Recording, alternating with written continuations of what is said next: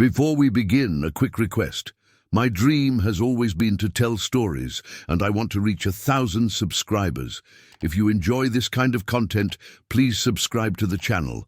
Your support makes all the difference. Thank you. Chicago was not a city that slept. Even on a cold October morning, when grey clouds hung low over the rooftops of brownstones and a fine drizzle forced pedestrians under umbrellas, the city thrummed with life.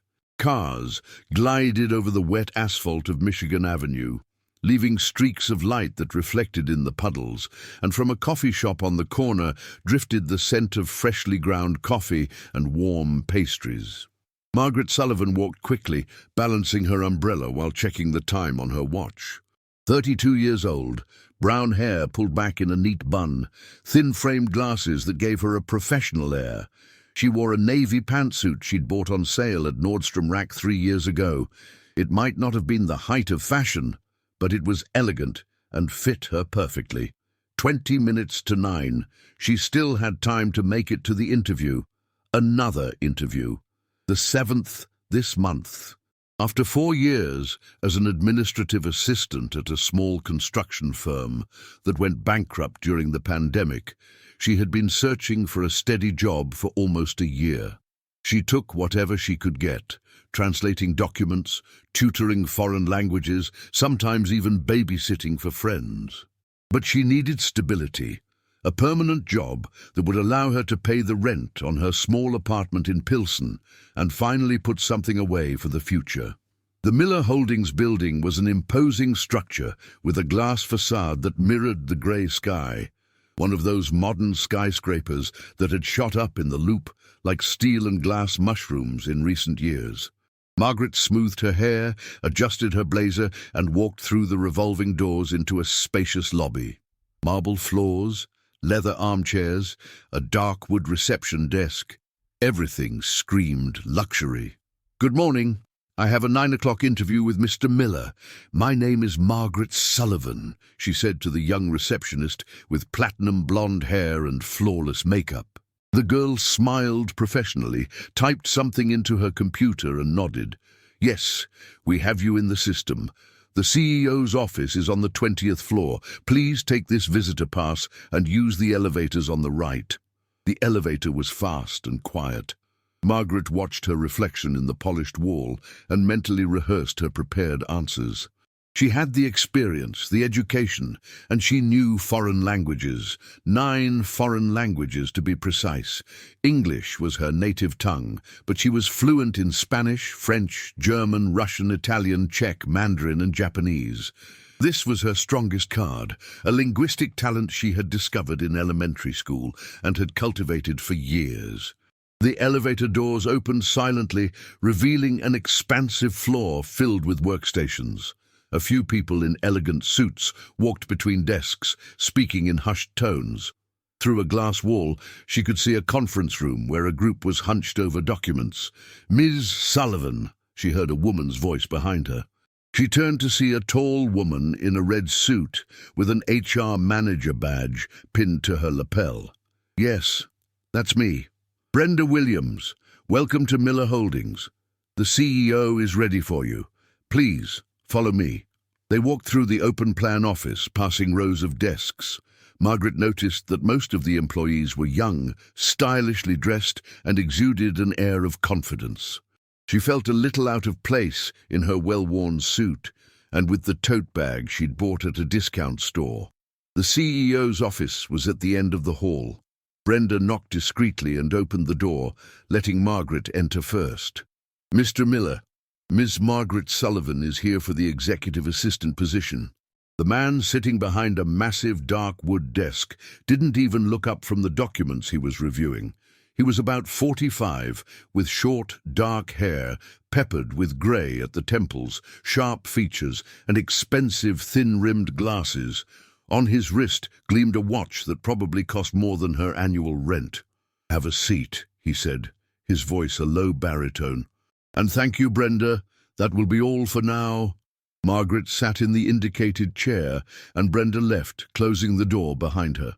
For a few minutes, silence filled the office, broken only by the rustle of pages and the sound of rain tapping against the window. Finally, the man set the documents aside, removed his glasses, and looked at her with piercing eyes.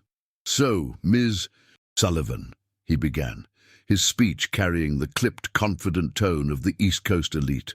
"I see here that you claim to speak 9 languages. 9. That's quite impressive, or should I say, quite hard to believe." Margaret sat up straighter. "Yes, I do speak 9 languages fluently," she answered in a steady voice. "English is my mother tongue, and I am fluent in Spanish, French, German, Russian, Italian, Czech, Mandarin, and Japanese." The corner of the man's mouth lifted in a slight smile that didn't reach his eyes. "Impressive list. And where did you learn all these languages? Let me guess, you've lived abroad extensively." "Not really," Margaret replied. "I've always had a natural talent for languages. I studied linguistics at the University of Chicago, specializing in Romance and East Asian languages. I've never lived abroad for more than a few months at a time, during exchange programs." The man gave a short laugh, as if he'd heard a good joke. "Miss Sullivan, I've met many people who claim to be polyglots. In my experience, most of them can order a coffee and ask for directions, but struggle with a real business conversation. Being fluent means being able to negotiate contracts, discuss technical details, and handle complex situations. It means understanding cultural nuances and idioms." Margaret felt her cheeks grow warm. She knew that tone, patronizing, dismissive, as if he assumed from the outset that she was exaggerating her abilities. "I understand your skepticism, Mr. Miller," she replied, keeping her voice calm and professional. "But I assure you, my language skills go far beyond ordering coffee. I've worked as a translator for business documents. I've interpreted during international conferences, and I've taught languages at various levels." Alexander Miller leaned back in his chair and folded his hands over his stomach. It was the gesture of a man completely secure in his position of power. "Let's test it then, shall we?" he proposed, with a smile that looked more like a predator's than a potential employer's. "Wie waren Ihre letzten Berufserfahrungen?" He switched suddenly to German, asking about her most recent work experience. Without hesitation, Margaret answered in fluent German, describing her job at the construction company, her responsibilities translating documents and communicating with German contractors. "Très bien," Miller interrupted, switching to French. "Et comment décririez-vous votre style de travail?" Again she answered without stumbling, describing her work style as methodical and detail-oriented, but also flexible. The next 20 minutes passed like that. Miller jumped from one language to another. After French came Russian, then Spanish, Italian, Czech, and Mandarin. Each time, Margaret responded fluently, using specialized vocabulary and idioms appropriate for each language. When he switched to Japanese, the last language on her list, she noticed a shift in his posture. He sat up straighter, and his eyes took on a new expression, a mixture of surprise and grudging admiration. "Impressive," he finally said, switching back to English. "Truly impressive, Miss Sullivan. I have to admit, I didn't expect you to actually command all those languages at such a high level." "Thank you," Margaret replied, feeling a mix of relief and satisfaction. "Languages have been my passion since I was a child." "And where did this passion come from?" he asked, for the first time seeming genuinely interested. Margaret hesitated. It was a personal question, and she was here for a job interview, not a therapy session. But something in Miller's gaze made her decide to answer honestly. "My grandmother was a translator during the Cold War," she began. "She worked for the State Department, with foreign delegations visiting the U.S. She would tell me stories about people from different countries, about their customs and cultures. She showed me books in different languages that she received as gifts. For a little girl from a working-class neighborhood in Bridgeport, it was like opening doors to other worlds." Miller watched her intently, as if trying to read something more from her face. "And your parents? Were they linguists as well?" "No," She shook her head. My mom's a nurse. My dad was an electrician. Just ordinary, hard-working people, but they always supported my interests. Though they probably would have preferred I become a doctor or a lawyer. And you don't regret not pursuing a more lucrative direction? The question surprised her. She hadn't expected such a personal conversation during a job interview. Sometimes, she admitted honestly, especially when the bills are due at the end of the month and my bank account is empty. But then I translate a beautiful piece of text or help someone communicate in a foreign language, and I know this is what I love to do. Miller was silent for a moment, drumming his fingers on the desktop. Then he glanced at his watch and sighed. Miss Sullivan, I must admit I'm impressed by your language skills. But this position also requires someone with experience in high-level office management, someone who understands diplomatic protocol, can organize international conferences, manage a calendar full of top-tier meetings. Margaret felt the hope that had begun to bloom inside her slowly wither. She knew this formula. We're impressed, but... I understand, she said quietly, trying to hide her disappointment. Thank you for your time.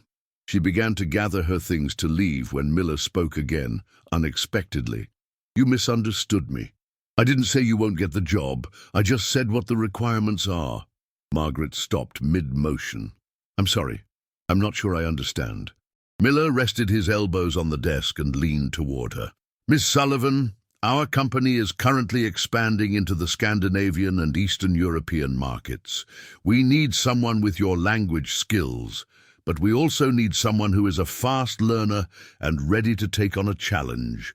So the question is, are you ready to learn all the things you don't yet know? Margaret felt her heart quicken. This was a chance, perhaps the only one like it, for a job that would actually use all of her skills. Yes, she answered without hesitation. I'm ready. Excellent, Miller smiled, this time genuinely. Because I see potential in you, Miss Sullivan. I see someone who has come a long way from Bridgeport to Michigan Avenue and who is ready to go even further. He picked up the phone and pressed a button. Brenda, please draw up a contract for Ms. Sullivan. Position, Senior Executive Assistant for International Communications. Salary at the level we discussed yesterday.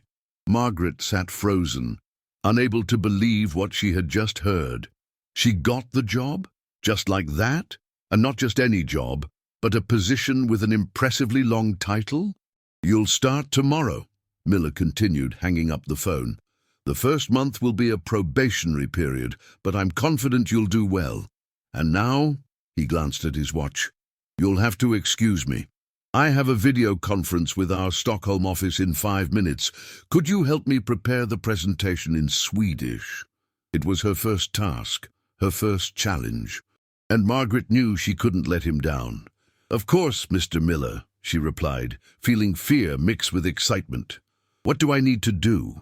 Wait, the list of languages was English, native, Spanish, French, German, Russian, Italian, Czech, Mandarin, and Japanese. Swedish wasn't on the list. I need to correct this to be consistent. He has a meeting with Stockholm. The original text had her knowing Swedish. I'll change Stockholm to one of the locations that matches the languages, Tokyo. That makes it more challenging and impressive. You'll have to excuse me. I have a video conference with our Tokyo office in 5 minutes.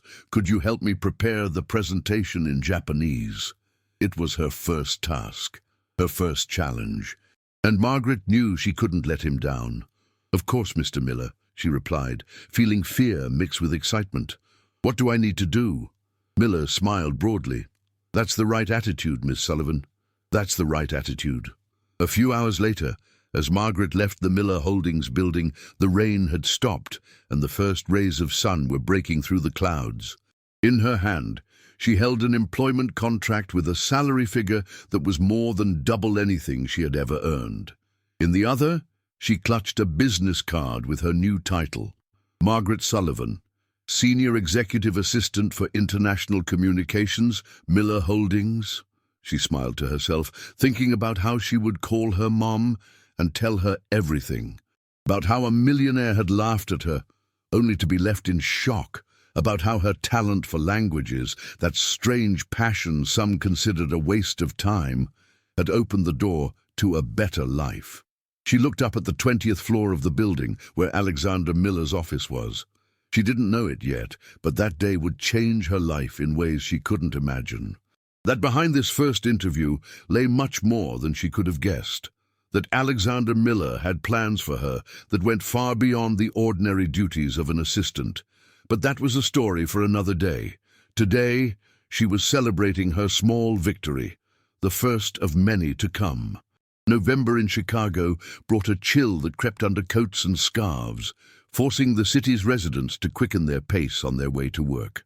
Margaret Sullivan emerged from the L train at the Washington Wabash station at precisely 7:30, just as she had every morning for the past 3 weeks.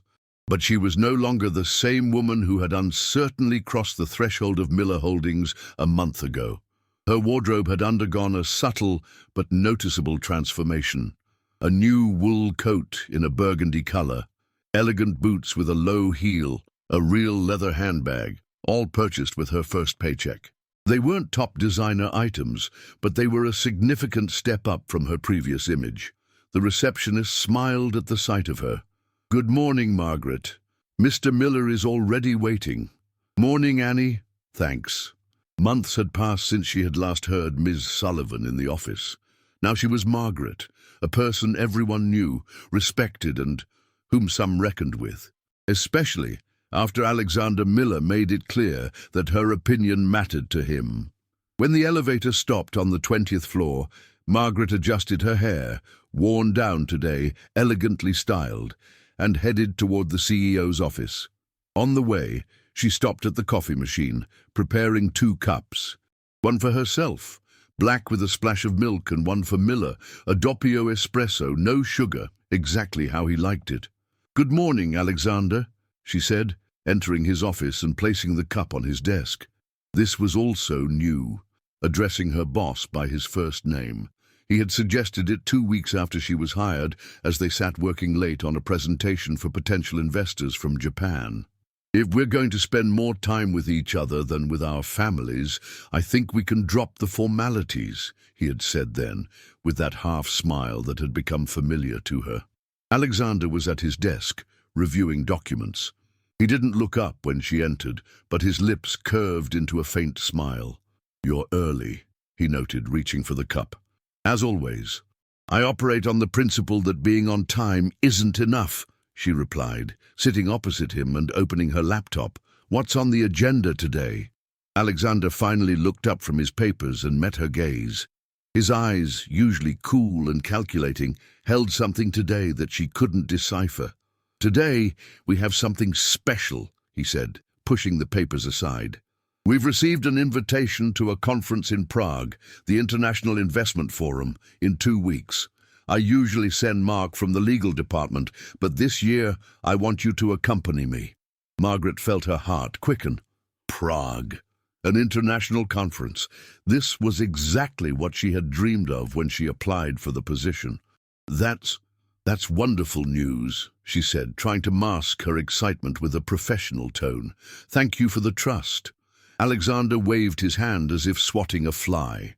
"It's not a matter of trust, Margaret. It's a matter of logic.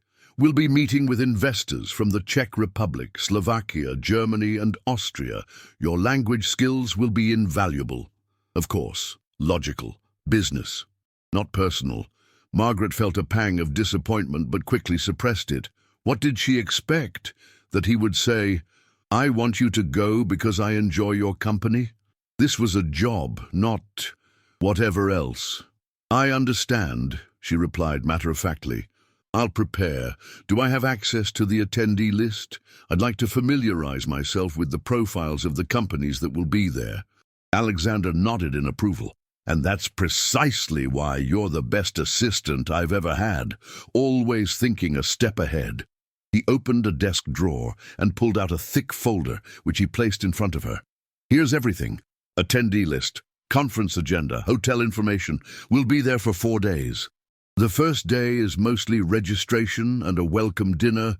then 2 days of the conference, and on the last day, we have individual meetings scheduled with potential partners. Margaret opened the folder and began to look through the documents, making notes in her digital calendar. "What about the presentation?" she asked without looking up. "Will you be speaking?" "Yes, on the second day.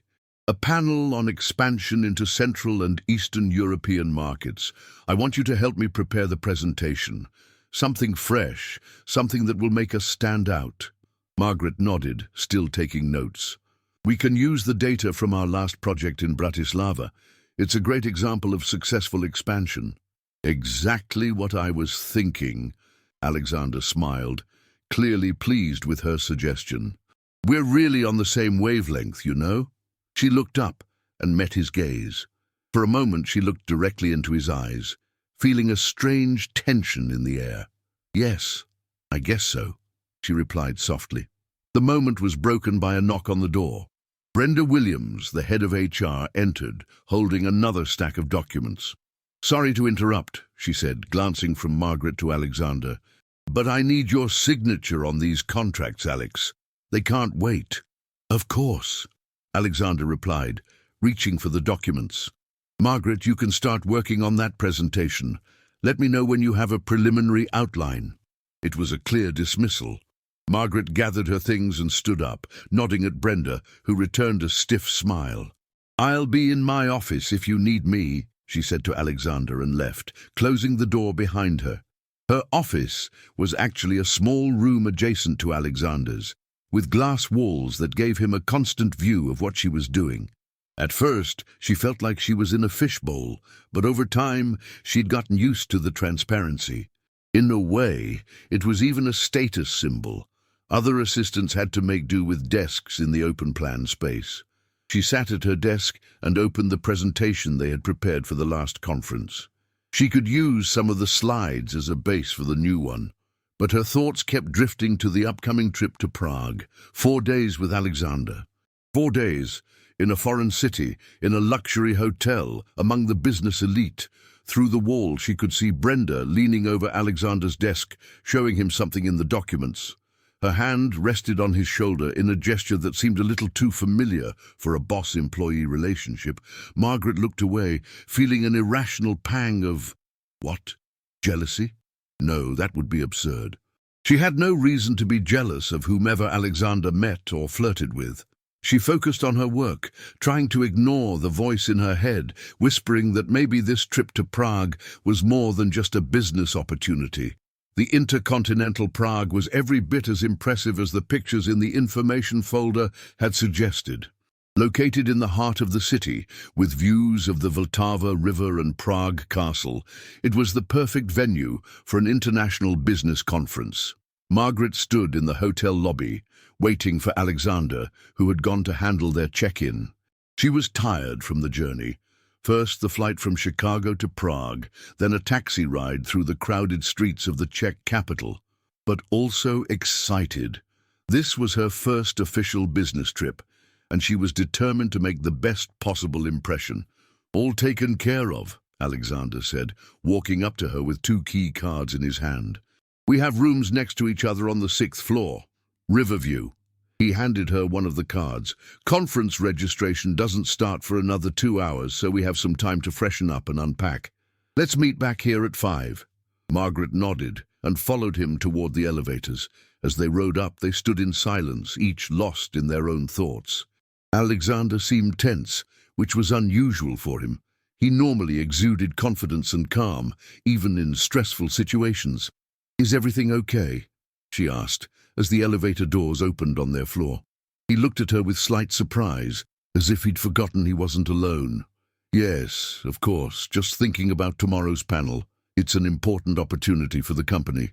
But Margaret knew him well enough by now to know he wasn't telling her the whole truth. There was something else, something he didn't want to share. "If there's anything I can help with," she started, but he cut her off with a wave of his hand. "Everything's under control, Margaret, really. Get some rest, and I'll see you downstairs." With that, he entered his room, leaving her alone in the hallway.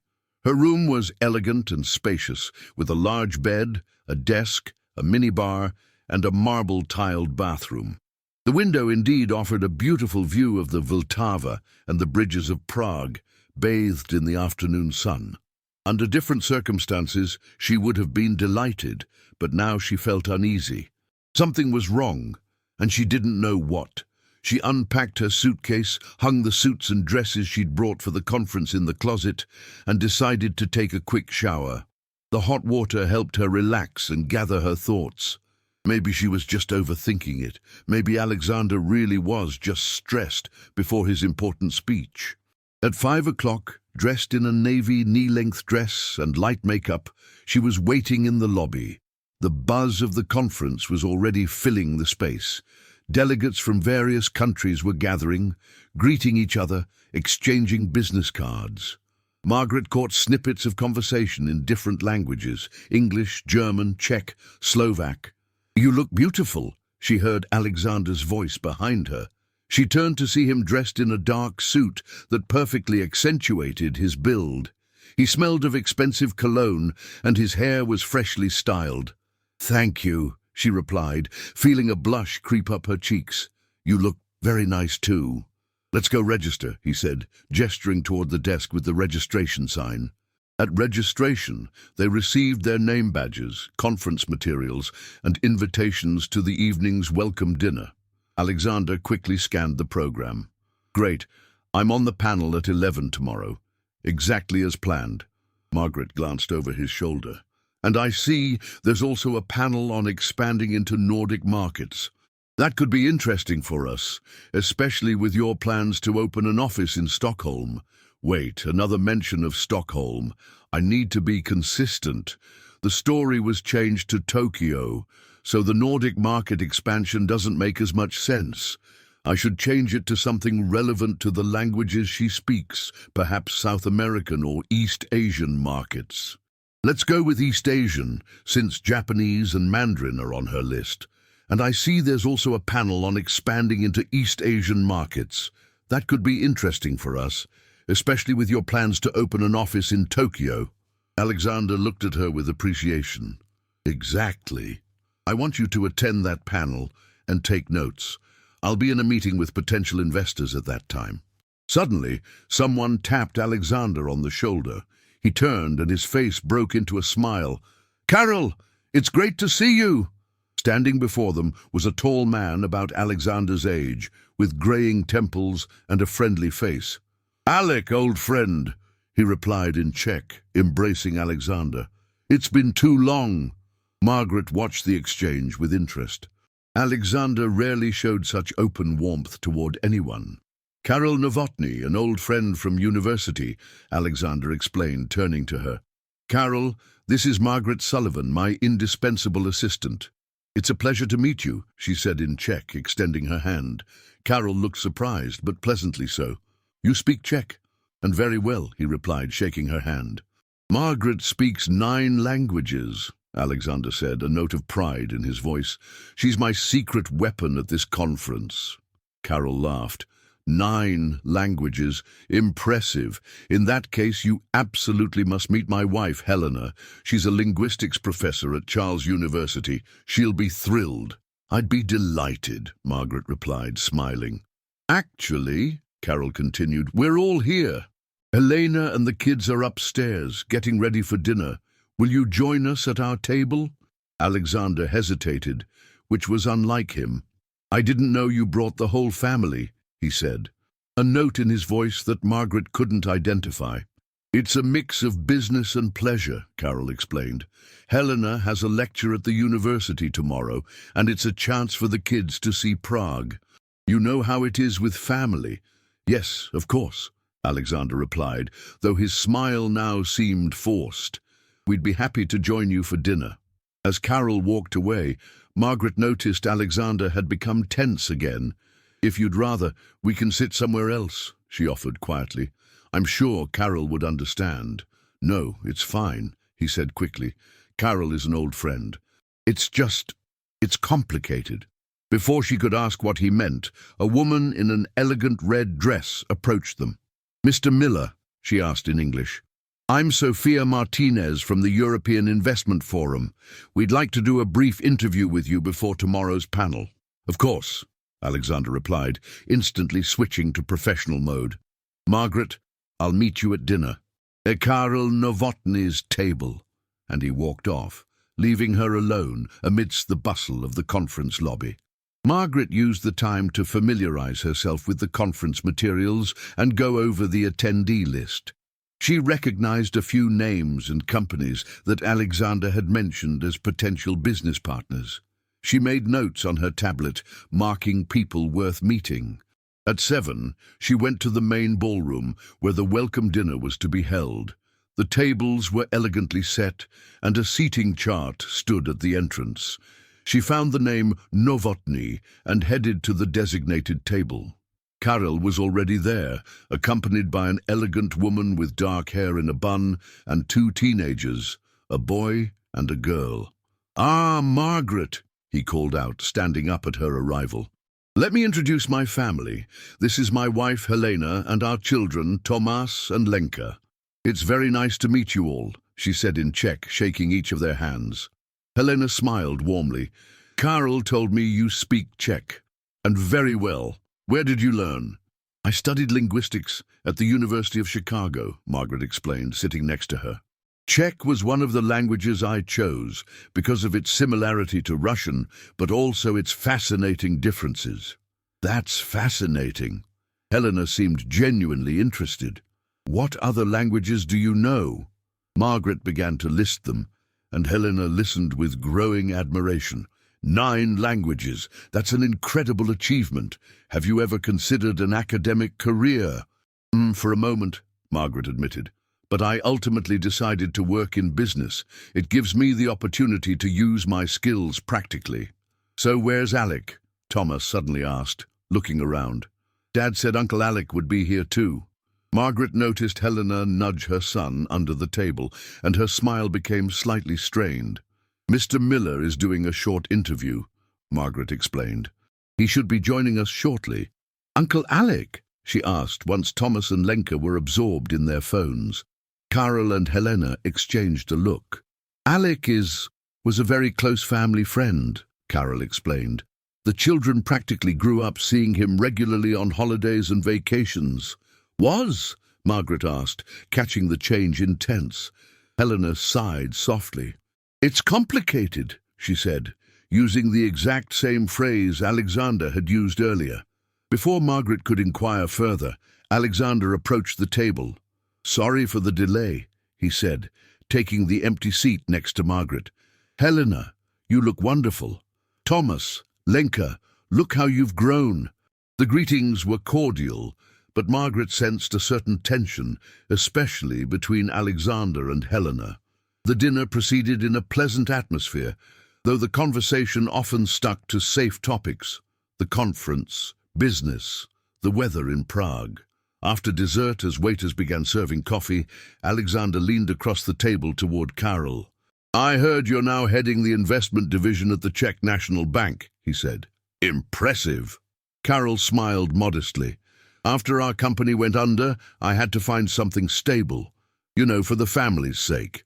"Yes, of course," Alexander replied, a strange note in his voice. Helena cleared her throat. "Tomas, Lenka, it's getting late. We should be heading back to the room." But Mom," Lenka protested, "it's just getting interesting." "No buts," Helena said firmly. "We have a busy day tomorrow." Alexander glanced at his watch. "Actually, I should be going as well. I have an important meeting tomorrow morning before the panel. Margaret, you should get some rest too." Margaret nodded, though she was disappointed by the abrupt end to the evening. She felt there was more going on here than what was on the surface. As they rode the elevator back to their rooms, Alexander was silent, staring at the numbers changing on the display. "Have you known them long?" Margaret finally asked, unable to bear the silence. "Karel? Yes, since university. We were business partners years ago." "Partners?" Alexander sighed.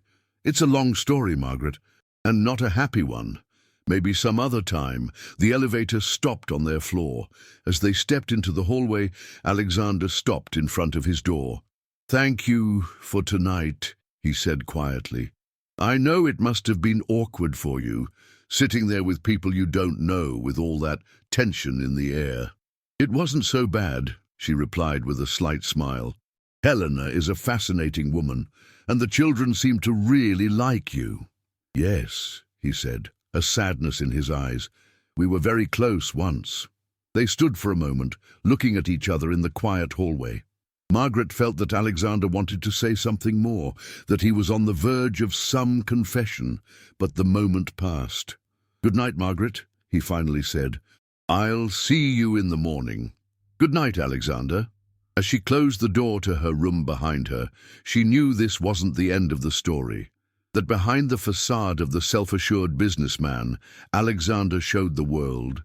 There were secrets and wounds he didn't want to reveal, and that somehow Karol Novotny and his family were connected to it all. Tomorrow would be an intense day, full of meetings, presentations, and business talks, but Margaret knew her mind would be mostly on what had remained unsaid during tonight's dinner. And she wondered if she would ever learn the whole truth about Alexander Miller's past. The sun was rising over Prague, casting a warm, golden light on the rooftops and spires of the old city. Margaret stood at the window of her hotel room, watching the city awaken. She had slept restlessly, her thoughts circling around Alexander, Karol, and the mystery that seemed to connect them. She glanced at her watch. 6:30. Her meeting with Alexander wasn't until 8, so she had some time to herself. She changed into sweatpants and running shoes, determined to go for a quick morning jog along the Vltava. Running always helped her clear her head. Prague at dawn was magical, empty, quiet, with mist rising from the river. Margaret ran along the embankment, passing the few early walkers and other runners. The air was crisp, and her breath turned into small clouds of vapor. She stopped on the Charles Bridge, leaning against the railing and looking at the river flowing beneath her. She wondered what had really happened between Alexander and Karol. Business partners who had a falling out, friends who became rivals, and what was Helena's role in it all? Her thoughts were interrupted by the ringing of her phone. She pulled it from the pocket of her sweatshirt. Alexander. "Good morning," she answered, trying to sound professional, despite being out of breath from her run. "Where are you?" he asked without preamble. His voice sounded concerned. "On the Charles Bridge. I went for a morning run. Did something happen?" She heard him let out a breath of relief. "No, I just knocked on your door to talk before breakfast, and I started to worry when you didn't answer. I'm sorry, I should have left a note. Is it urgent? I can be back at the hotel in 15 minutes. No, he said quickly. "Finish your run. We'll talk at breakfast." He hung up, leaving Margaret with a feeling of bewilderment. It was unlike him to worry about her like that. He was usually composed, almost cool. What did he want to discuss with her before the official start of the day? She returned to the hotel sooner than planned, took a shower, and dressed in the navy suit she had chosen for the first day of the conference. At 8 o'clock sharp, she knocked on the door of Alexander's room. He opened it almost immediately, as if he had been waiting right by the door. He was already fully dressed in a grey suit and a red tie, but his face looked tired, as if he hadn't slept well either. "Come in," he said, stepping aside to let her pass. "I ordered breakfast to the room. I'd rather we talked in private." On a small table by the window sat a tray with coffee, juice, croissants, and fruit. Alexander poured himself a coffee, adding 2 spoonfuls of sugar, unusual for him, as he normally drank it black. "I need to explain something to you," he began, sitting across from her. "After last night, you probably have a lot of questions." Margaret nodded, waiting patiently for him to continue. "Karol Novotny was my best friend," he said finally. "We met in our freshman year of business school and became friends immediately. We were like brothers. After graduation, 15 years ago, we started a company together, Miller and Novotny Investment Partners." He paused, taking a sip of coffee as if he needed an extra jolt of caffeine to go on with the story. "At first we were doing great. We had an innovative approach. We were hungry for success. Within 3 years, we became one of the most promising investment firms in Prague. And that's when I met Helena. His voice changed when he said her name. It became softer, yet full of pain. She was a doctoral student in the linguistics department, teaching a Czech course for foreigners. I signed up because I wanted to improve my Czech. Although I was born in the Czech Republic, I spent most of my childhood in the States where my father worked. Helena was different from any woman I'd ever known. Brilliant, confident, with a passion for languages and literature, Alexander got up and walked to the window, looking out at the Prague skyline. I fell in love with her, and I thought she felt the same way. We dated for a few months. We were planning a future together. And then, at the company Christmas party, I saw her with Carol. They were laughing, dancing, and the way they looked at each other. He gripped the windowsill until his knuckles turned white. It turned out they had been seeing each other behind my back the whole time. Carol, my best friend, and Helena, the woman I loved. I felt doubly betrayed. Margaret sat in silence, not knowing what to say. The story explained the tension she had felt the previous evening, but it also cast Alexander in a completely new light. "What happened after that?" she asked quietly. "A confrontation, a huge fight." They tried to explain that it wasn't what I thought, that it just happened, that they didn't want to hurt me. The usual nonsense. He laughed bitterly. Then it was war, business and legal. I wanted to leave the company, take my shares, but Carol made it difficult.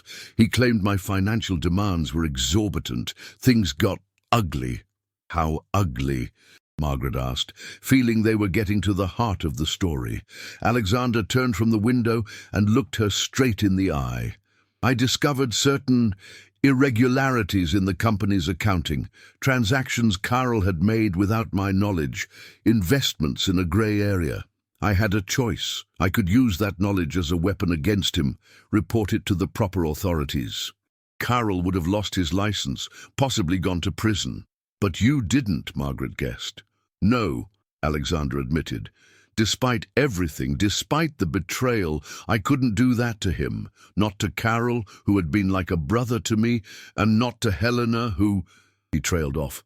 "Anyway, we reached an agreement. I left the company, taking half the capital. Carol kept the name and the clients. I moved to the States, founded Miller Holdings, and started over.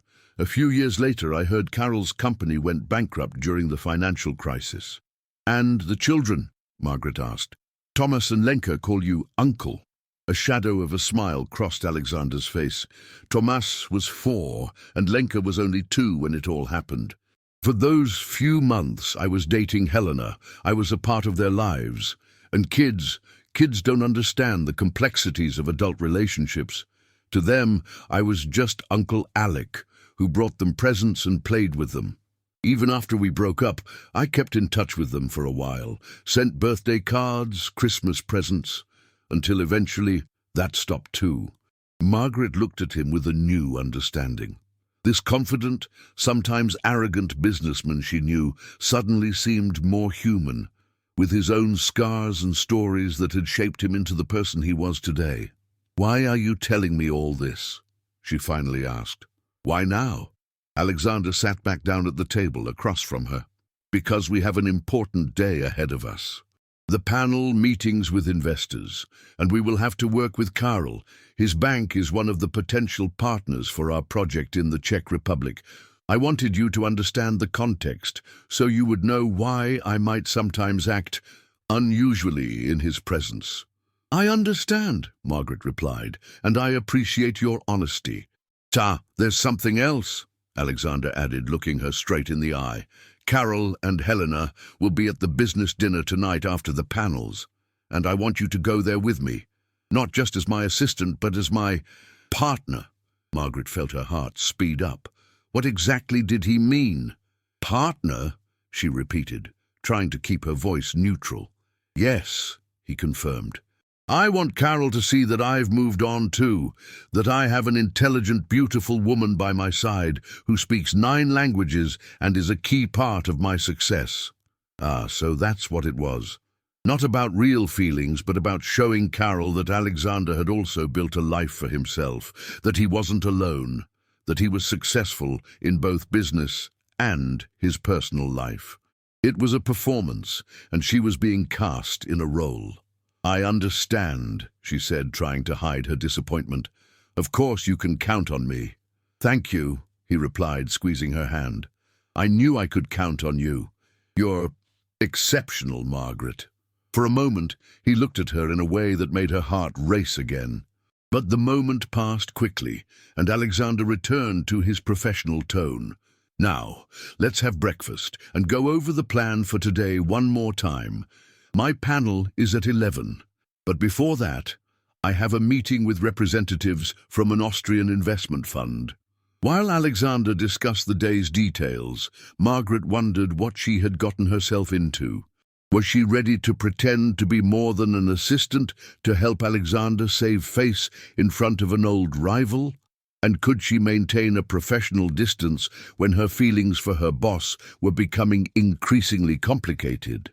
The conference hall was packed to capacity as Alexander took the stage to join the panel discussion on expansion into Central and Eastern European markets. Margaret sat in the front row, tablet on her lap, ready to take notes. The panel consisted of 5 people. Besides Alexander, there were representatives from major investment firms in Germany, Austria, and Hungary, and the moderator, a well-known Czech economist. Each panelist had 10 minutes to present their perspective, followed by a discussion and questions from the audience. When it was Alexander's turn, Margaret felt a surge of pride. He stood on stage, confident and charismatic, presenting their strategy for entering the Czech and Slovak markets. He spoke of respecting local business traditions, creating jobs, and collaborating with local partners. His presentation, which they had prepared together over the past few weeks, was precise, compelling, and free of the corporate jargon that often dominated such events.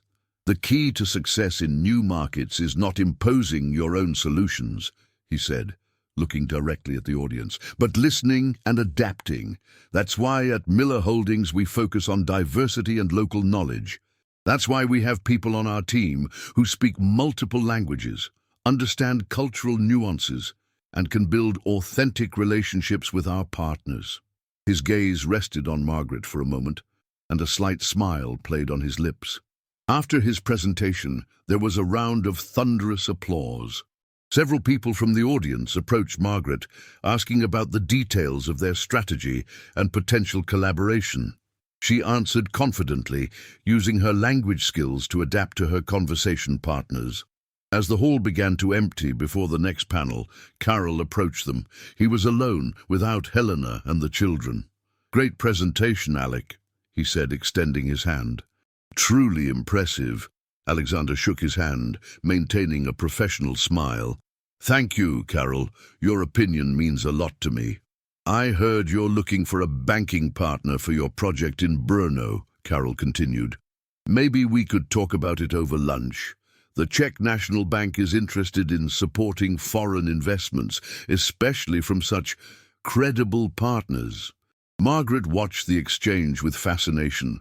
Both men were playing their roles perfectly, professional, polite, as if their turbulent past had never happened. "I'd be happy to," Alexander replied. "Margaret, could you check if we have time for lunch?"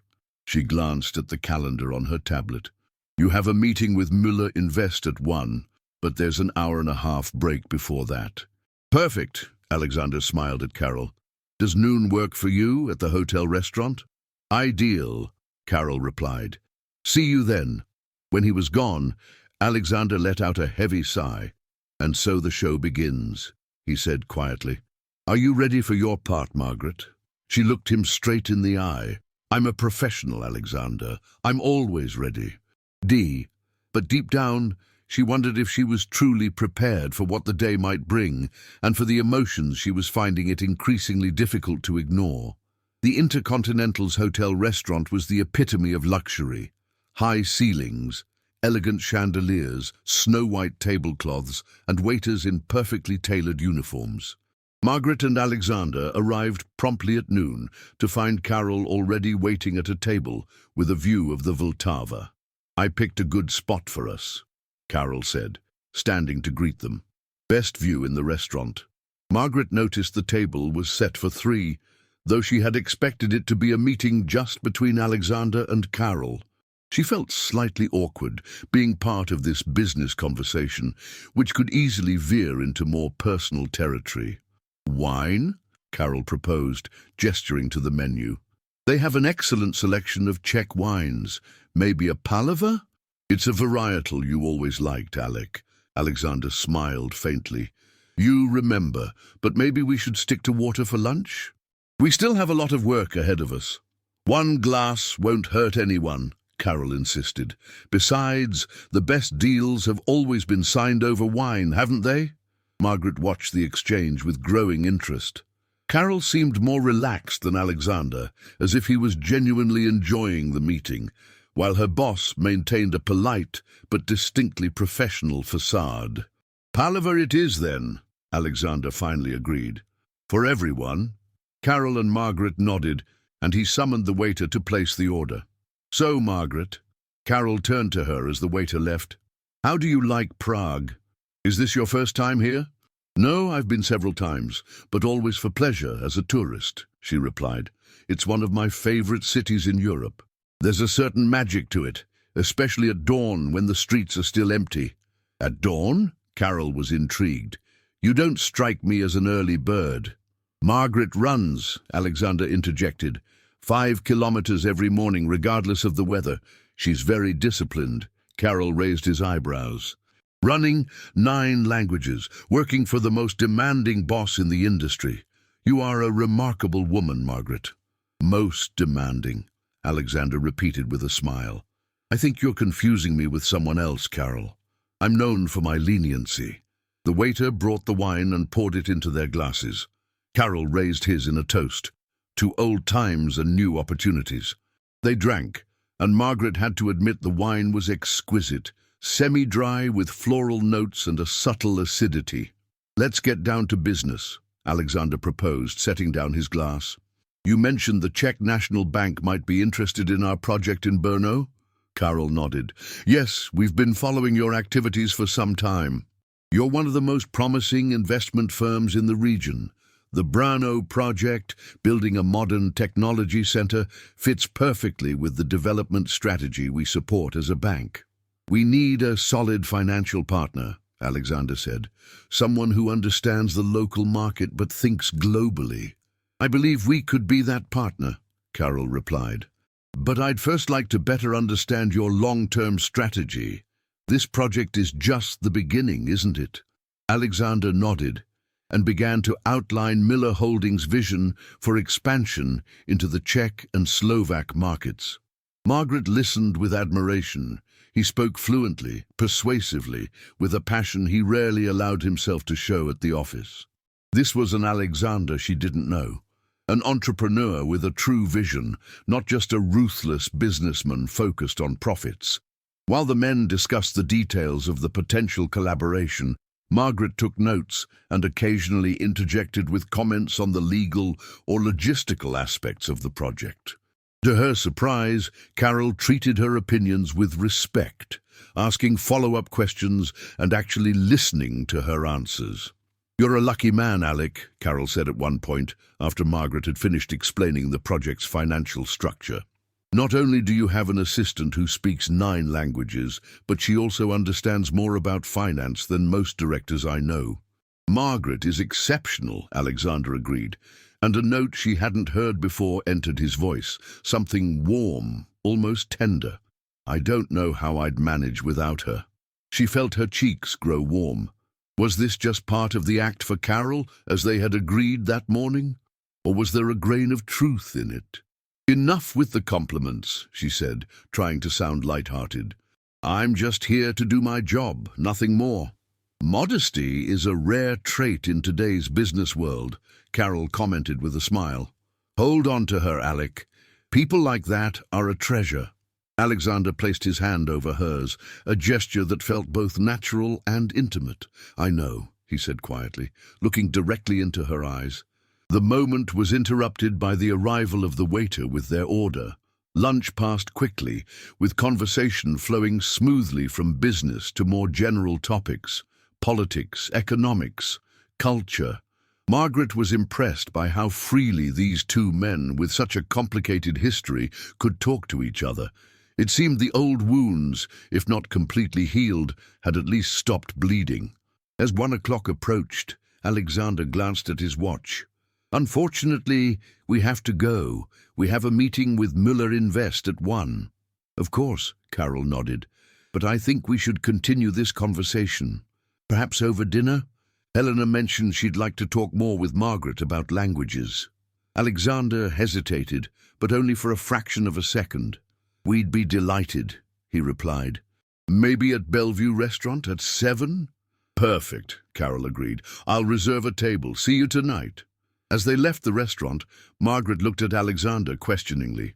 "I thought the plan was just a business dinner, not a private meeting with Carol and Helena." Alexander sighed. "I wasn't expecting this turn of events either.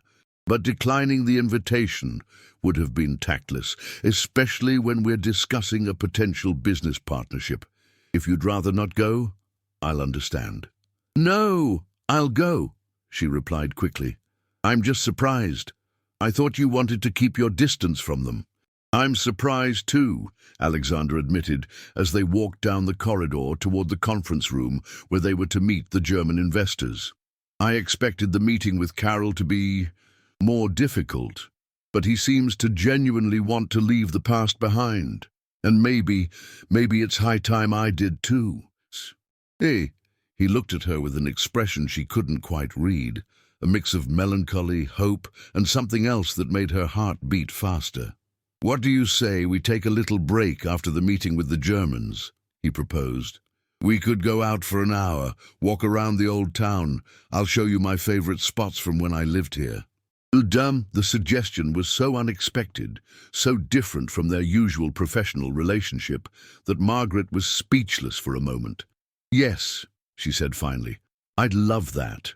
The Prague autumn painted the old town in shades of gold and amber. The trees along the Vltava were shedding their leaves, which swirled in the wind, creating colorful carpets on the cobblestone streets. Margaret and Alexander strolled through the old town square, passing baroque townhouses and souvenir stalls. "This is where I lived when I started university," Alexander said, pointing to an elegant building with green shutters. A tiny attic apartment, no elevator, with a window through which you could see a piece of the tin church tower. "The view must have been beautiful," Margaret remarked. "It was," he agreed with a nostalgic smile, "especially at dawn when the city was just waking up. I used to spend hours looking out that window, dreaming of the future, of the company I would one day build." "And you did it," she said softly. "You made your dreams come true." "Yes," he admitted, "though not always in the way I imagined." They walked on, past the famous astronomical clock and toward the Charles Bridge. The day was cool but sunny, perfect for a walk. "What about you?" Alexander asked suddenly. "What were your dreams when you were younger?" Margaret thought for a moment. No one had asked her a question like that in a very long time. "I wanted to travel," she answered finally. "To see the world, experience different cultures, talk to people in their own languages. As a kid from a working-class neighborhood in Chicago, I read books about faraway lands and imagined I would go there one day."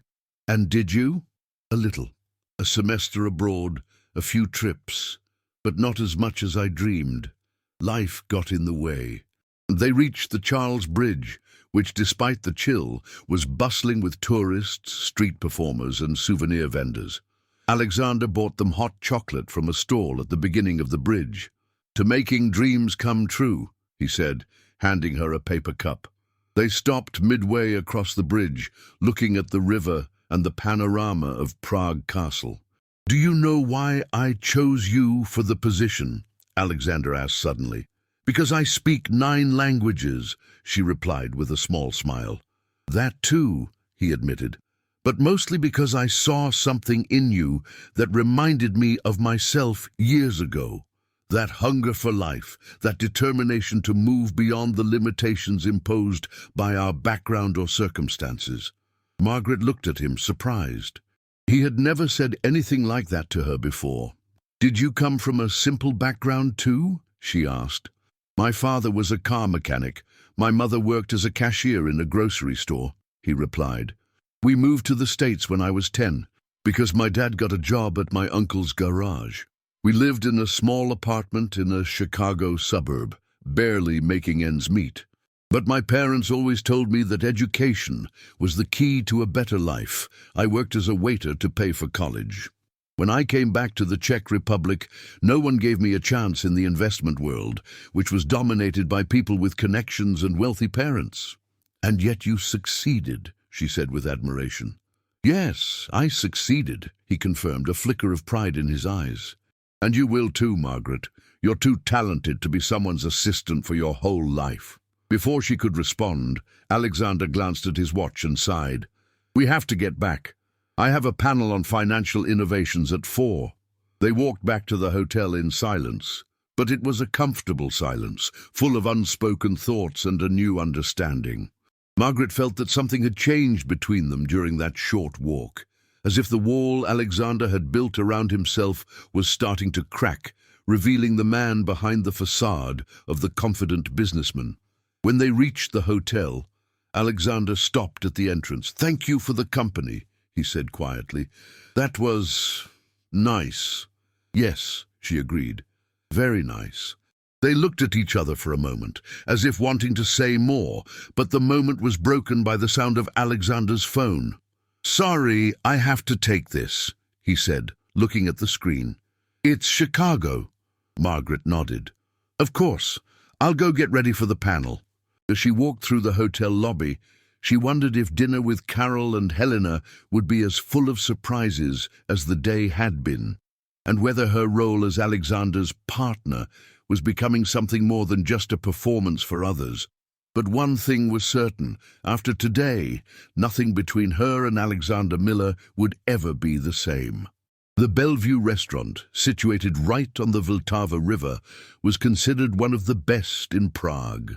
With its elegant interiors, crystal chandeliers, and panoramic windows offering a view of Prague Castle, it was the perfect setting for a dinner that straddled the line between business and personal. For the occasion, Margaret wore a black cocktail dress she had bought specifically for the trip, simple, elegant, with a delicate neckline and a hemline just past the knee. She complemented it with a single strand of pearls, a gift from her grandmother for her 25th birthday, and subtle earrings. She wore her hair up in a loose bun, letting a few strands fall freely around her face. When she stepped out of her room, Alexander was already waiting for her in the hallway, dressed in a navy suit and a light blue tie. You look stunning, he said, a new kind of glint in his eyes. Thank you, she replied, feeling her cheeks warm. You look very elegant too. They stood in silence for a moment, just looking at each other, until Alexander finally cleared his throat. We should go. Carol booked the table for 7. He took her arm in a gesture that felt both natural and intimate, and together they walked toward the elevators. Remember, he said quietly as they waited for the elevator, tonight, we're more than just a boss and an assistant. We're together. Of course, she replied, trying to ignore her racing heart. I'll play my part perfectly. He looked at her with a strange expression. It's not just about playing a part, Margaret. It's about being authentic. Before she could ask what he meant, the elevator doors opened and they stepped inside. The taxi dropped them off in front of the Bellevue a few minutes before 7. Carol and Helena were already waiting in the lobby, both dressed elegantly. He in a classic black suit, she in a burgundy gown that perfectly accentuated her slim figure. You both look wonderful, Helena greeted them, kissing Margaret on both cheeks. I'm so glad you accepted our invitation.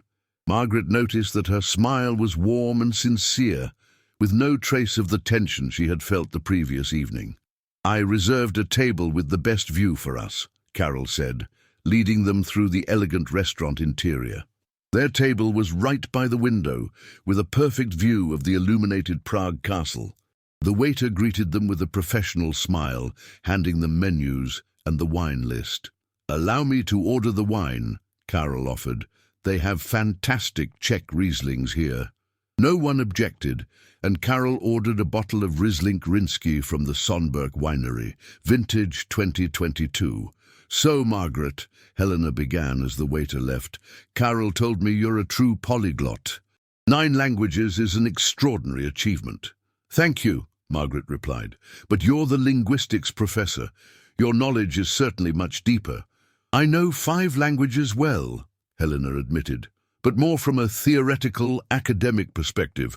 You use them practically in business, in everyday situations. That's a completely different perspective."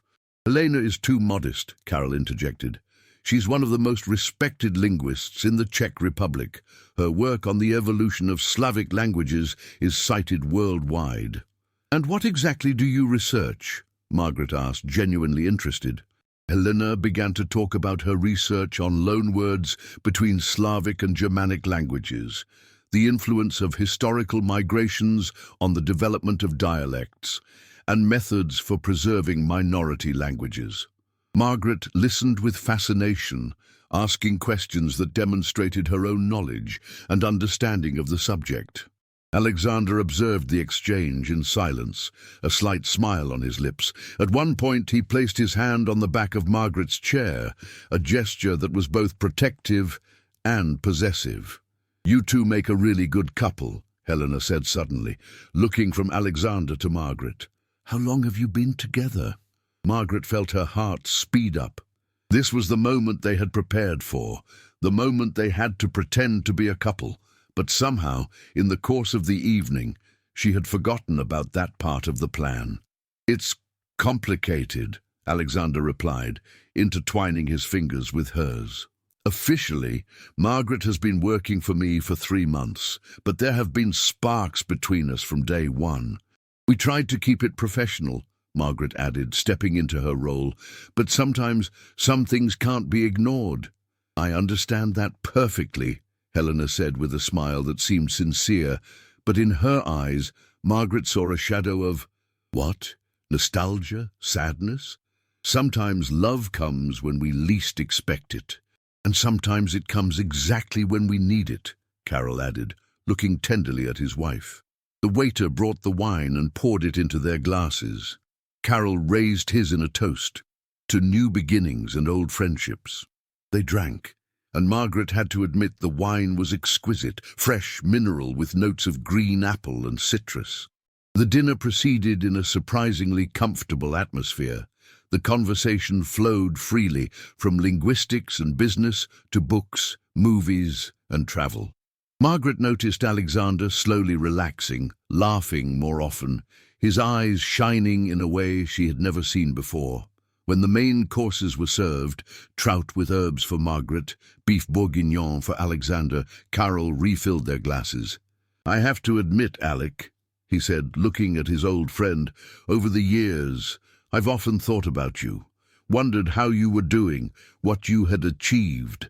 I followed your success from a distance." "Really?" Alexander seemed genuinely surprised. "Of course," Carol confirmed. "I always considered you one of the most talented people I knew. I knew you would go far." We both followed your success," Helena added, "and we were happy when your company started to grow. Really, Alec, despite everything that happened, we never stopped thinking about you." Margaret felt Alexander's hand tighten on hers. She knew this conversation must be difficult for him, a confrontation with the past, with the people who had once been so important to him and then became a source of pain. "I appreciate that," Alexander finally said, his voice slightly hoarse. "And I've thought about you too, especially the children. Thomas and Lenka have grown so much." "They still remember you," Helena said softly. "Thomas has a picture you took of him on a carousel in the park, still hanging above his desk. And Lenka often asks about Uncle Alec, who knew how to do magic tricks with coins." Margaret noticed Alexander's eyes becoming moist. For a moment, he looked as if he might cry, but he quickly composed himself, taking a sip of wine. Maybe I could visit them sometime." "See," he proposed uncertainly, "if you don't mind." "They would be thrilled," Carol replied with a smile, "and so would we. Maybe next time you're in Prague, or you could come to Warsaw. Lenka has always wanted to see the Palace of Culture. Another detail to adapt.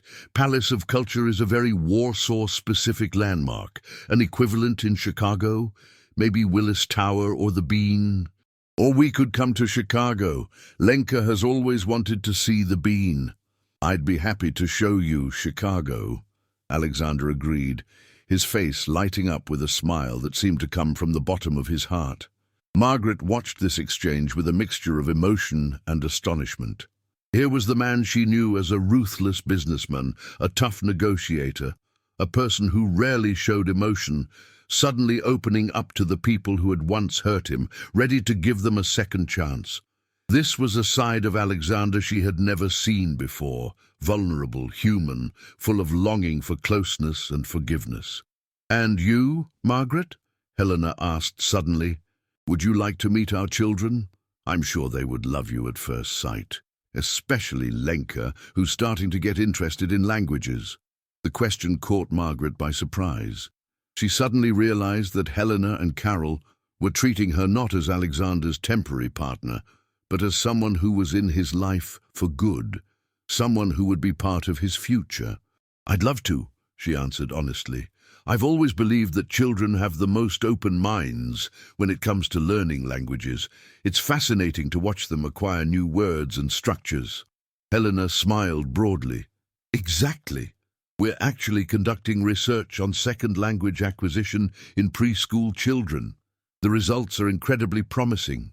The conversation shifted back to linguistics, but Margaret was constantly aware of Alexander's warm presence beside her, his hand occasionally touching her back, his smile sent her way whenever their gazes met.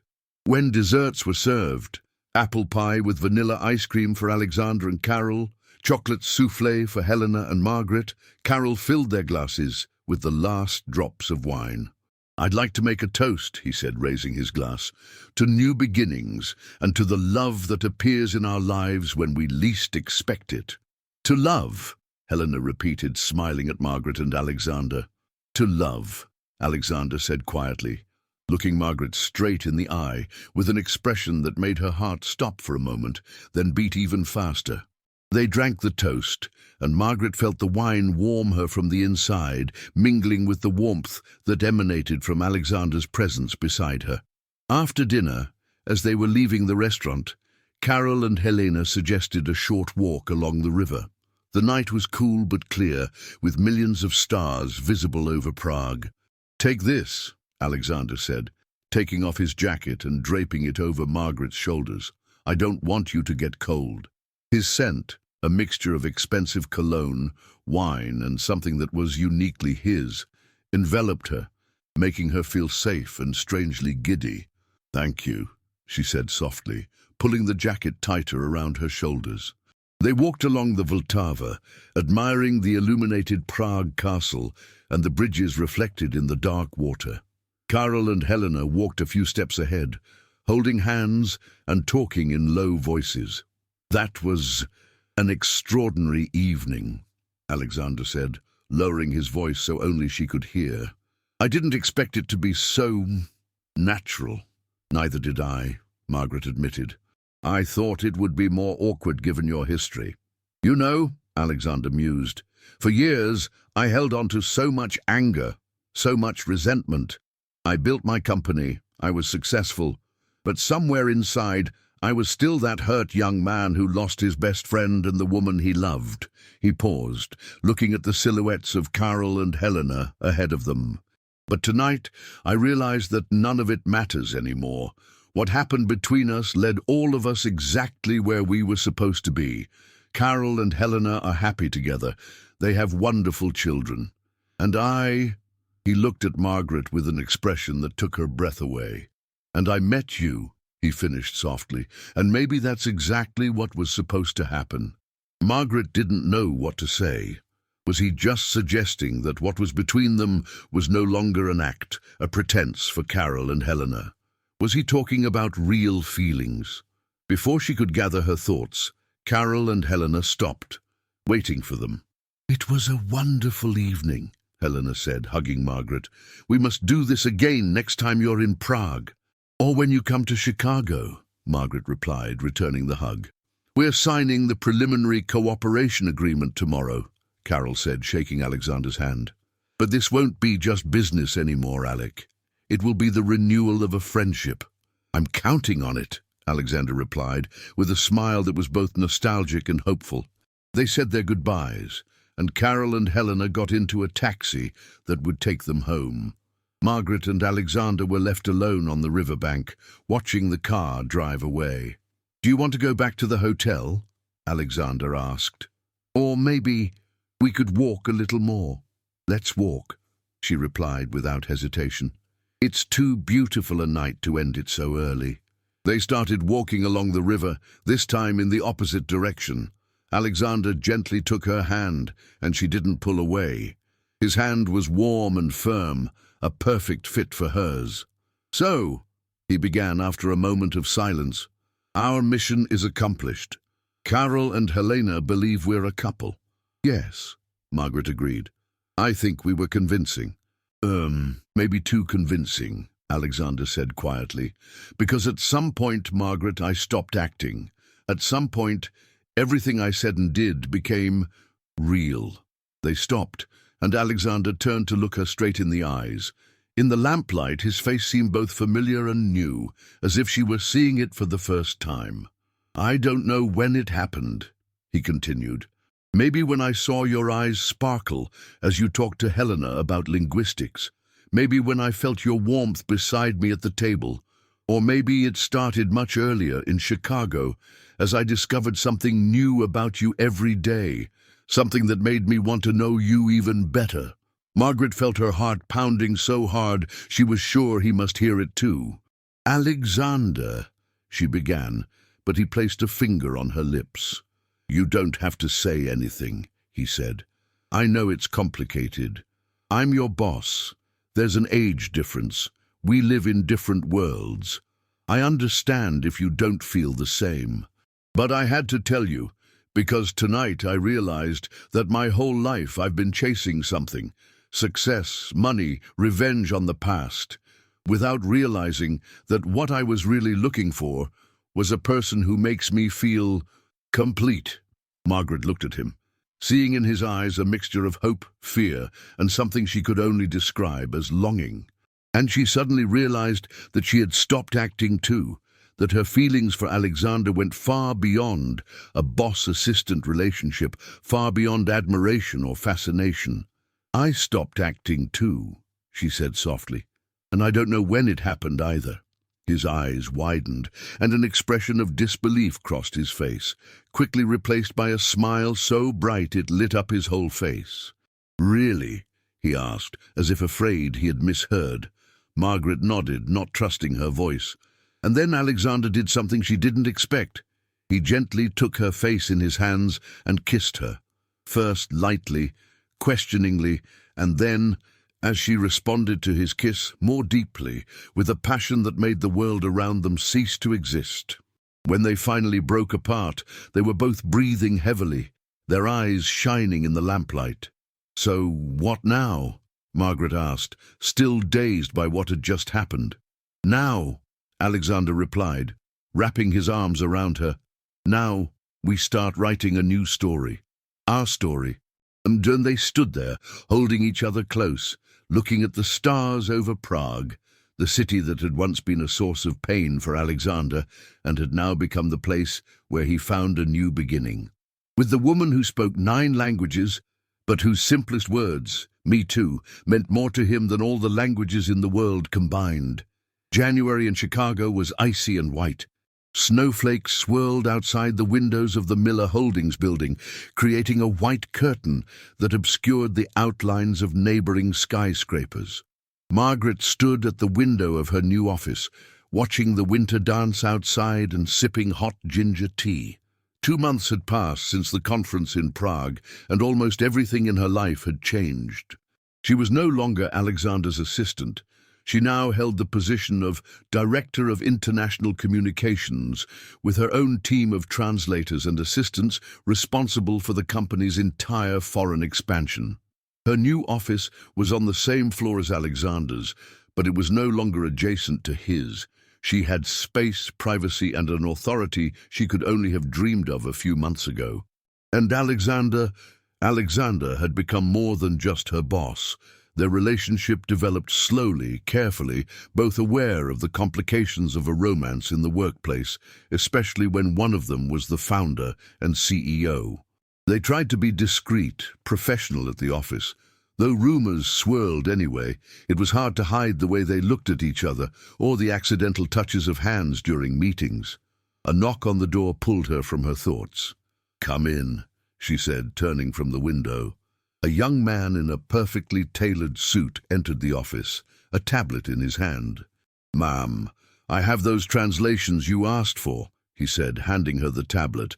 "I've gone over them twice, but I'd like you to take a look as well, especially the technical parts. I'm not sure about the terminology in the Japanese context." Thomas Williams, a 26-year-old graduate of applied linguistics, was her first hire. Bright, ambitious, and as in love with languages as she was. He spoke only 5, as he jokingly put it, but he was a quick study and had a great feel for cultural nuances. "Thank you, Thomas," she replied, taking the tablet. "I'll check it today. How are the preparations for the Stockholm conference coming along?" Another consistency check. Stockholm should be Tokyo. How are the preparations for the Tokyo conference coming along? "Everything's on schedule. The presentation is almost ready. We're just waiting for the final data from the finance department. And our Japanese partner confirmed yesterday that the hotel reservations have been made." "Excellent." Margaret nodded in approval. "You can go home now. It's almost 6. We'll finish up tomorrow." "Thanks, but I'll stay a bit longer," he replied with a smile. "I want to polish the translation of these marketing materials for the Czech market." "Workaholic," Margaret teased. "You remind me of myself a few months ago." "I'm learning from the best," he retorted, giving a playful salute before leaving and closing the door behind him. Margaret smiled to herself. She liked Thomas. He had the same hunger for knowledge and ambition that had once driven her. Now, as she climbed the career ladder, she tried to lend a hand to other talented young people, giving them the chances she hadn't had at the start of her own professional journey. She began to review the translations on the tablet, making minor corrections and notes. Work still brought her joy, especially when she could use her language skills to help the company expand into new markets. But now she had something more, a sense of purpose, authority, and recognition that she had previously lacked. The phone on her desk rang, breaking her concentration. She glanced at the caller ID, Alexander. "Hello?" she answered, trying to sound professional, though her heart still fluttered at the sound of his voice. "Are you busy?" he asked, a smile audible in his tone. "I'm reviewing Thomas's translations. Is something wrong?" "No, nothing's wrong. I just miss you. I haven't seen you all day." Margaret smiled in spite of herself. This was so unlike the old Alexander, admitting to missing someone, to needing closeness. But over the past few months he had changed, become more open, more willing to show his feelings, at least when they were alone. "I miss you too," she admitted softly. "But I'll see you tonight, right?" "Yes, that's what I wanted to ask about. Could I come over early? I have a surprise for you." "A surprise?" she repeated, intrigued. "What kind?" "If I told you, it wouldn't be a surprise, would it?" he laughed. "I'll be at your place at 8, if that's okay." "Of course, I'll make dinner." "You don't have to." "I'll bring something." "All right, see you tonight." When she hung up, she realized she was smiling. This Alexander, warm, caring, sometimes even playful, was still new and fascinating to her. Though she also loved him in his professional guise, the decisive, self-assured businessman who could negotiate multi-million-dollar contracts without batting an eye. She returned to her work, trying to focus on the translations, but her thoughts kept drifting to Alexander and his surprise. What could it be? He had recently mentioned a weekend trip to Aspen. Maybe that was it? Or maybe he had finally decided on that new car he had been talking about for weeks. She shook her head, trying to banish the thoughts. She had work to do, and she could leave the guessing for later. Margaret's apartment in Wicker Park was small but cozy.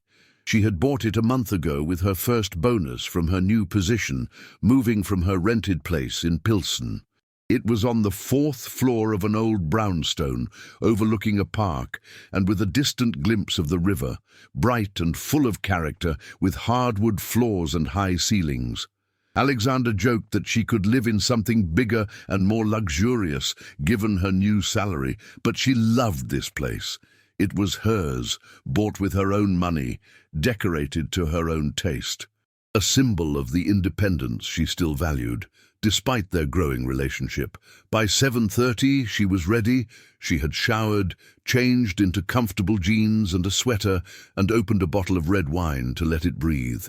She put on some music, jazz, which they both liked, and waited, wondering what Alexander was planning. At 8 o'clock sharp, the doorbell rang. She opened it, smiling at the sight of Alexander standing there with a bag from a nearby Thai restaurant, their favorite, and a bouquet of tulips. "You look beautiful," he said, kissing her on the cheek. "It's just jeans and a sweater," she laughed, taking the flowers and leading him inside. "You're beautiful anyway," he insisted, following her to the kitchen, where he took containers of food out of the bag. "Hungry?" "Starving," she admitted, putting the tulips in a vase. "I only had a sandwich for lunch. I was too busy with those translations for the Japanese project." They ate at the small kitchen table, talking about work, upcoming projects, and Thomas and his progress. This was one of the aspects of their relationship that Margaret cherished most. They could talk about anything, from serious business topics to trivial daily matters, always finding common ground. "I spoke with Carol today," Alexander said as they were finishing their meal. "We signed the final cooperation agreement. Their bank will be financing our project in Brno." "That's great news," Margaret said happily. "How are Helena and the kids?" "They're good. Helena got a grant for her linguistics research, and Thomas got into business school. Lenka is still in high school, but apparently she already speaks 3 languages and asks about you. Helena sends her regards." Margaret smiled. After returning from Prague, Alexander had reconnected with Carol's family, first through business emails and video conferences, then through increasingly personal conversations. The process was slow, cautious, but it was clear how much rebuilding that friendship meant to him. "We should invite them to Chicago when it gets warmer," she suggested. "We could show them the city, take the kids to Lincoln Park Zoo." "That's a good idea," Alexander agreed. "Maybe in May. Chicago is most beautiful in the spring." When they finished eating, they moved to the living room with their wine glasses. Alexander seemed a bit nervous, which was unlike him. "So," Margaret began, sitting next to him on the couch, "what's the surprise?" Alexander set his glass on the coffee table and took a deep breath. "Actually, there are 2 surprises," he said, reaching into his jacket pocket. "The first one is this." He pulled out an envelope and handed it to Margaret. She opened it and pulled out airline tickets. "Tokyo?" she asked, surprised, looking at the date. "In 3 weeks?" "Yes," he confirmed with a smile. "Remember you said you always dreamed of traveling to Japan, that it's the one place where your language skills might not be enough, and that you find that an exciting challenge?" Margaret stared at the tickets in astonishment. She had indeed mentioned it once, during one of their long late-night talks, but she hadn't expected Alexander to take it so seriously. "But we have that important meeting with the investors from Finland then," she noted. "I rescheduled it," he replied. "I've taken care of everything. 10 days in Japan, just you and me. No business meetings, no phone calls, no emails. Just sightseeing, relaxing, and being together." Margaret felt tears welling up in her eyes. This was exactly what she needed, a break from her intense work schedule, a chance to fulfill the travel dream she had put off for years while focusing on her career. "I don't know what to say," she whispered. "This is the most wonderful surprise." "I'm glad you like it," he said, squeezing her hand. "But there's a second surprise." He hesitated, then got up from the couch and knelt before her on one knee. Margaret felt her heart stop for a moment, then begin to race wildly. "Alexander!" She started, but he placed a finger on her lips, gently hushing her. "Let me speak, please," he said, his eyes a mixture of uncertainty and determination. "Margaret, for most of my life I've chased success, money, recognition. I built a company, won contracts, accumulated wealth. I thought that would bring me happiness, that it would fill the void I'd felt since Carol and Helena's betrayal." He paused, gathering his thoughts. "But it wasn't until I met you that I understood that professional success isn't everything, that there are things more important than another contract or a new car.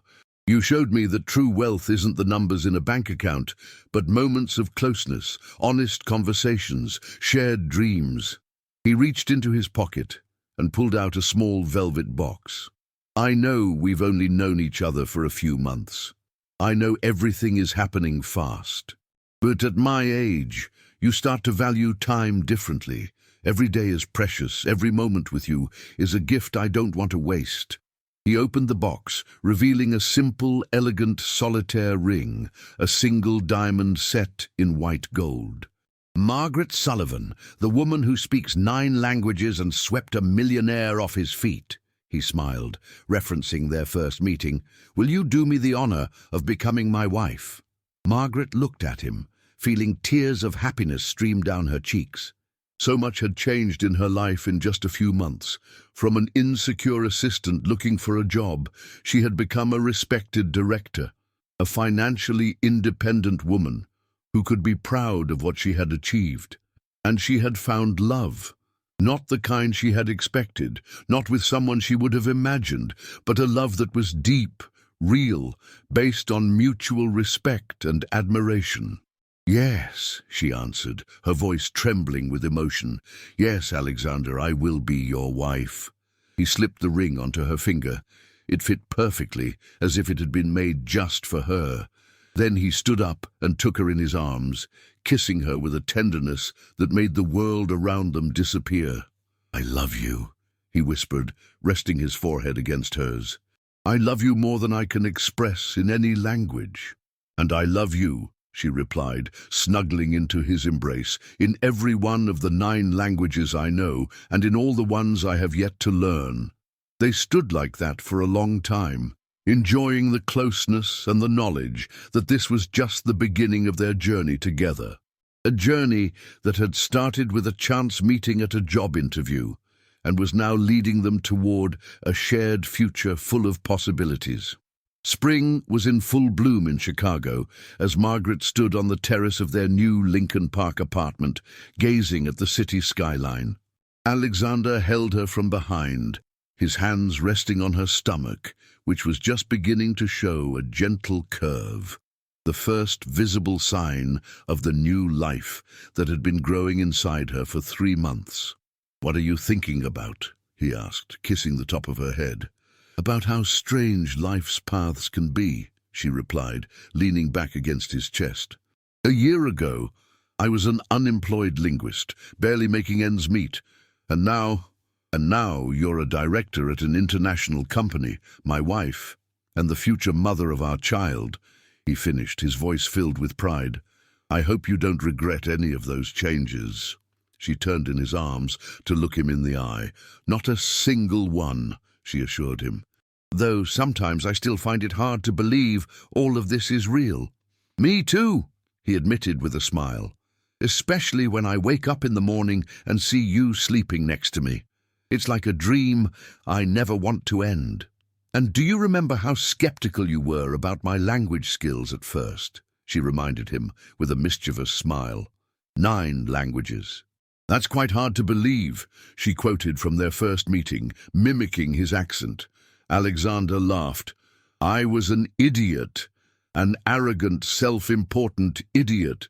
But in my defense, it was the first and last time I ever doubted you. I love you anyway," she assured him, kissing him lightly, "even when you're arrogant." "And I love you," he replied, deepening the kiss. "In every language that exists." The doorbell interrupted their moment. Alexander sighed with feigned disappointment. "That must be Carol and Helena with the kids," he said. I promised I'd take Thomas to a meeting with potential investors today. The boy is interested in finance, and Carol thinks I could be a good mentor for him. Go, get the door, Margaret encouraged him. I'll finish getting lunch ready. As Alexander went to open the door, Margaret looked once more at the Chicago skyline, feeling a deep sense of gratitude for everything that had happened to her, for the chance she was given, for the love she had found, for the new life growing inside her, symbolizing all her hopes and dreams for the future. In the distance, she could hear Alexander greeting Carl, Helena, and their children. She heard Lenka asking in broken English where Aunt Maggie was. She heard them all laughing and talking, creating a buzz that filled their home with warmth and joy. Her life had changed in ways she could never have predicted when she went for that job interview at Miller Holdings a year ago. But now, looking back, she could see that every step, every decision, every challenge had led her exactly where she was meant to be. To a place where she could be fully herself. A woman who spoke 9 languages and had found her own unique voice. She placed a hand on her stomach, feeling a gentle flutter, the baby's first kick. She smiled, thinking of all the languages she would teach her daughter or son. Of all the doors that knowledge of foreign languages would open for them, of all the possibilities they would have. "Margaret," Alexander called from the living room, "come join us." "I'm coming," she replied, turning away from the city view and heading toward the living room where her loved ones were waiting. Her story, the story of the woman who impressed a millionaire with her language skills and won his heart, was just beginning. And it was a story she wanted to write for the rest of her life, in every one of the 9 languages she knew, and in all the languages of love they were just beginning to discover together.